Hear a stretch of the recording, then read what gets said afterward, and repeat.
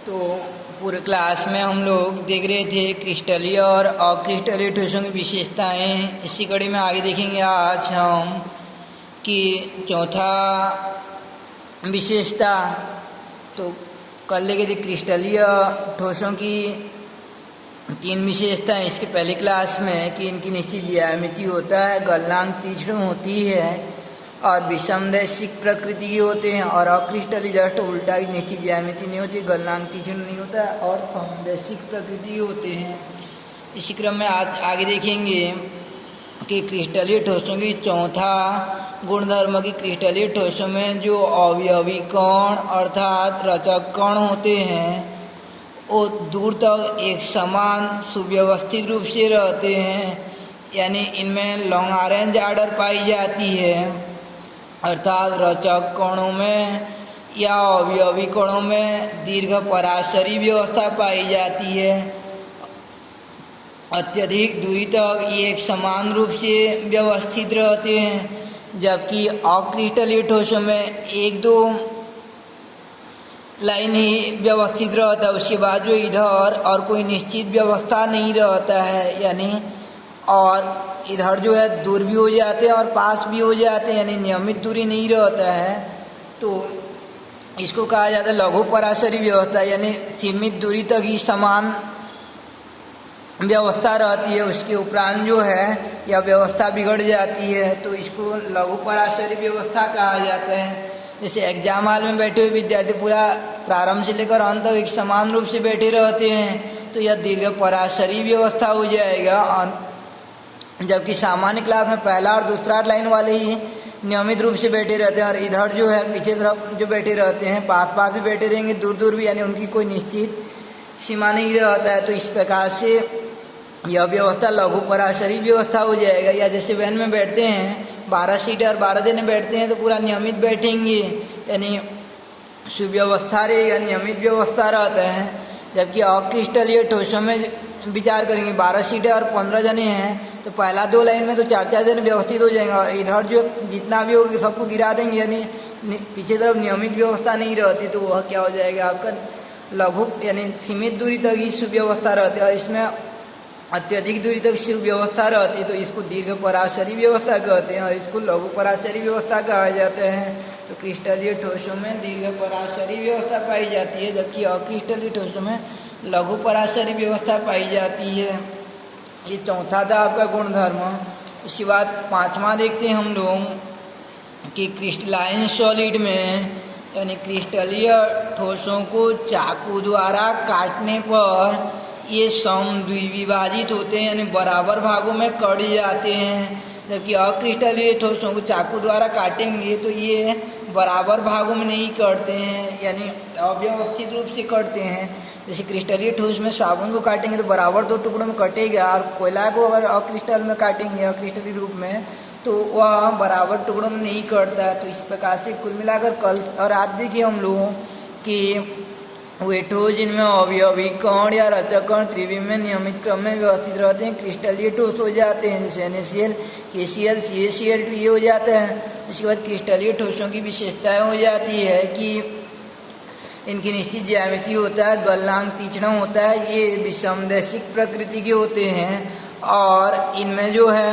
रचक यानी ये विषमदैशिक प्रकृति के होते हैं और चाकू द्वारा काटने पर समद्विभाजित होते हैं और ये इनमें रचक कण या अवयवी कणों में दीर्घ पराशरी व्यवस्था पाई जाती है। जबकि अक्रिस्टलीय ठोसों में जस्ट ऑपोजिट हो जाता है ये 5 गुणधर्म। तो आपको स्क्रीनशॉट भेज दिया जाएगा, उसी से आप लोग नोट्स बनाओगे और नोट्स नहीं बनाओगे तो आपका रिजल्ट डाउन होगा। पहले से ध्यान दीजिएगा, नोट्स आप लोग साथ साथ बनाते जाइएगा। तो हम लोग देखिए क्रिस्टलीय और अक्रिस्टलीय ठोसों के बारे में। तो इसके बाद जो है यहाँ से क्वेश्चन ऐसा आएगा कि पहला क्वेश्चन ये हो जाए क्रिस्टलीय और अक्रिस्टलीय ठोस को उदाहरण से ही समझाइए, वो विशेषता लिखिए। दूसरा कि क्रिस्टलीय और अक्रिस्टलीय ठोस में अंतर लिखिए, तो इन विशेषताओं को अंतर में लिख देना है। और तीसरा आएगा क्रिस्टलीय और अक्रिस्टलीय ठोसों को पहचानिए बोल के आता है। तो क्रिस्टलीय और अक्रिस्टलीय ठोस को कैसे पहचानेंगे, जैसे यहाँ पे क्वेश्चन दिया गया आपको कि बुक मिल जाए क्रिस्टलीय और अक्रिस्टलीय ठोसों को पहचानिए बोल के।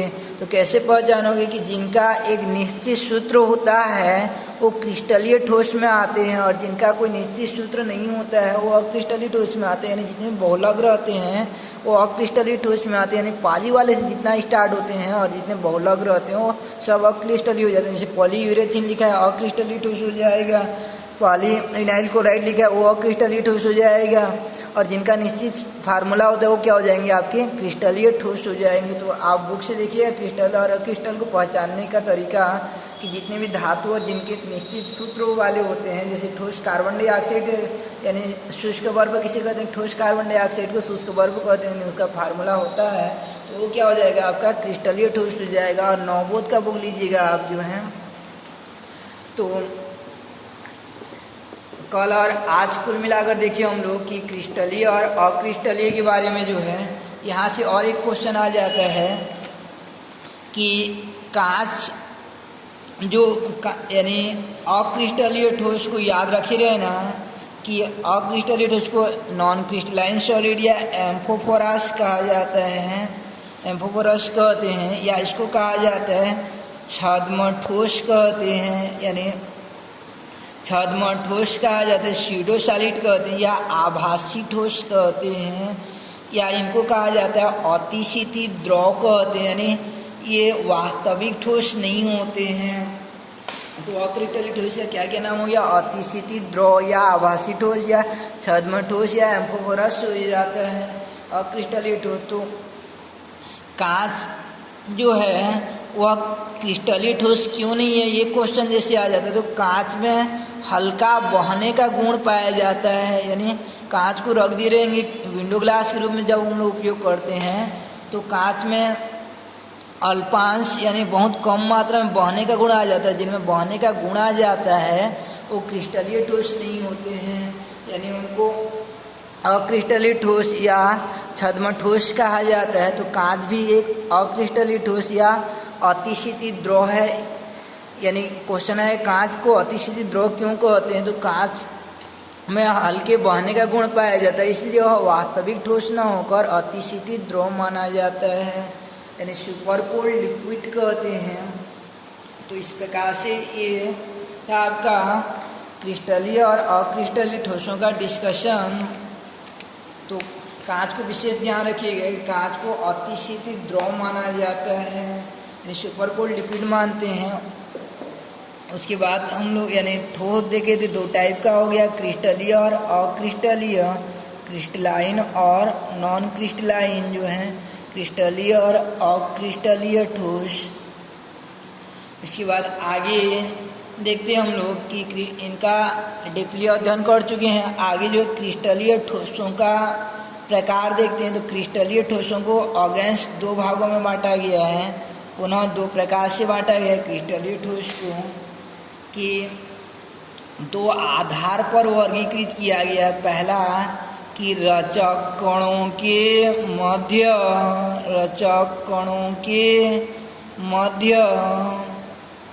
लगने वाले बल के आधार पर, रचक कणों के मध्य लगने वाले बल के आधार पर, यानी on the force between the constitution particles types of crystalline solid का डिस्कशन करेंगे हम। इसके बाद जो नॉन क्रिस्टलीय ठोस का पहला आधार ये रहता है। दूसरा कि यानी फलकों के बीच बनने वाले कोण के आधार पर, यानी ज्यामितीय व्यवस्था के आधार पर या ज्यामितीय विन्यास के आधार पर दूसरा विभाजित किया गया है। तो इसको मुख्य रूप से हम लोग स्टडी करेंगे कि रचक कणों के मध्य लगने वाले बल के आधार पर क्रिस्टलीय ठोस के प्रकार। तो रचक कणों के मध्य लगने वाले बल के आधार पर क्रिस्टलीय ठोस चार प्रकार के होते हैं, जिनमें से होता है पहला आयनिक क्रिस्टलीय ठोस, यानी आयनिक क्रिस्टलीय ठोस। तो आयनिक क्रिस्टलीय ठोस किसे कहेंगे और उनकी विशेषताओं के बारे में हमको अध्ययन करना है कि आयनिक क्रिस्टलीय ठोस किन्हें कहा जाता है। तो इनका परिभाषा जो हम लोग दो आधार पर देंगे। पहला कि उनके कहाँ से स्टार्ट की थी आज, यानी ठोस के प्रकार दो प्रकार के हुए, क्रिस्टलीय और अक्रिस्टलीय। फिर क्रिस्टलीय ठोस को दो भागों में बांटा गया, रचक कणों के मध्य लगने वाले बल के आधार पर, दूसरा ज्यामिति विन्यास के आधार पर। तो रचक कणों के मध्य लगने वाले बल के आधार पर 4 प्रकार का, उनमें से पहला होता है आपका आयनिक क्रिस्टलीय ठोस। तो इनका डेफिनेशन कैसे देंगे, इन 2 बिंदुओं के आधार पर देंगे। 2 बिंदुओं को याद रखना है कि रचक कण क्या है, रचक कण उनमें क्या है, और दूसरा कि इनके मध्य क्या बल लग रहा है, इनके मध्य यानी कौन सा फोर्स इनके बिटवीन अटैच हो रहा है। तो आयनिक क्रिस्टलीय ठोस इसके नाम से स्पष्ट हो जाता है। आयनिक बोला गया है तो अवयवी कण या रचक कण कॉन्स्टिट्यूशन पार्टिकल्स क्या हो जाएगा, आपका आयन हो जाएंगे। तो इनमें विपरीत आवेश वाले आयन होते हैं, एक धनायन रहेगा, दूसरा ऋणायन रहेगा, यानी एक धनायन और दूसरा ऋणायन रहता है। इनमें रचक कण एक धनायन और दूसरा जो है ऋणायन रहता है।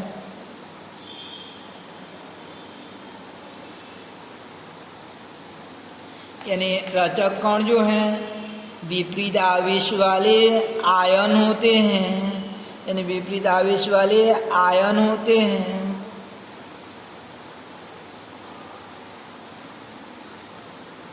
तो पहला चीज आपको क्या याद रखना है कि इनमें रचक कण या अवयवी कण क्या होते हैं, और दूसरा कि इनके मध्य कौन सा बल लगता रहता है, यानी कौन सा फोर्स लगता रहता है। तो आयनिक क्रिस्टलीय ठोस में इनके नाम से स्पष्ट, इनमें अवयवी कण या रचक कण क्या होंगे, विपरीत आवेश वाले आयन यानी प्लस माइनस होते हैं। और धनावेश ऋणावेश के मध्य कौन सा आकर्षण बल लगता है, स्थिर विद्युत आकर्षण बल लगता है।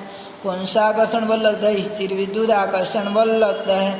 तो इस आधार पर परिभाषा देंगे हम लोग कि वे क्रिस्टलीय ठोस जिनमें अवयवी कण विपरीत आवेश वाले आयन होते हैं तथा आपस में स्थिर विद्युत आकर्षण बल द्वारा संबद्ध रहते हैं, आयनिक क्रिस्टलीय ठोस कहलाते हैं।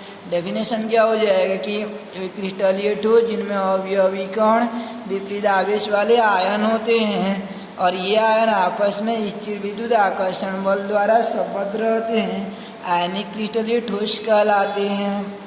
इनका एग्जाम्पल हो जाता है जितने भी आयनिक ठोस होते हैं, जैसे NaCl हो जाएगा, आपका KCl हो जाएगा, MgCl2 हो जाएगा, यानी जितने भी आयनिक कंपाउंड होते हैं जो कक्षा 11 में अध्ययन कर चुके हैं हम लोग कि विपरीत आवेश वाले आयनों के मध्य लगने वाले विपरीत आवेश वाले आयनों के मध्य वैद्युतीय आकर्षण बल के फलस्वरूप बने बन को आयनिक बंध कहते हैं और ऐसे यौगिक को आयनिक यौगिक कहते हैं।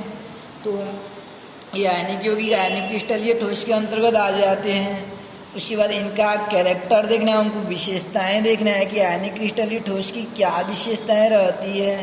तो आयनिक क्रिस्टलीय ठोसों की विशेषताओं में कि आयनिक क्रिस्टलीय ठोस में पहला होता है कि ये आपस में स्थिर विद्युत आकर्षण बल द्वारा जुड़े रहते हैं और स्थिर विद्युत आकर्षण बल जितना प्रकार का बल लगता होता है उनमें से सबसे प्रबल बल होता है, यानी प्रबल आकर्षण बल होता है स्थिर विद्युत आकर्षण बल, जैसे हाइड्रोजन बल, अन्योन्य बल, ये सब द्विध्रुव आकर्षण बल। उन सबसे प्रबल बल कौन सा होता है, आपका स्थिर विद्युत आकर्षण बल रहता है। तो चूंकि इनमें अवयवी कणों के मध्य स्थिर विद्युत आकर्षण बल लगता रहता है, चूंकि इनमें अवयवी कणों के मध्य स्थिर विद्युत आकर्षण बल लगता रहता है, इसलिए आसानी से ब्रेक नहीं होते हैं, यानी ये दृढ़ प्रकृति के होते हैं।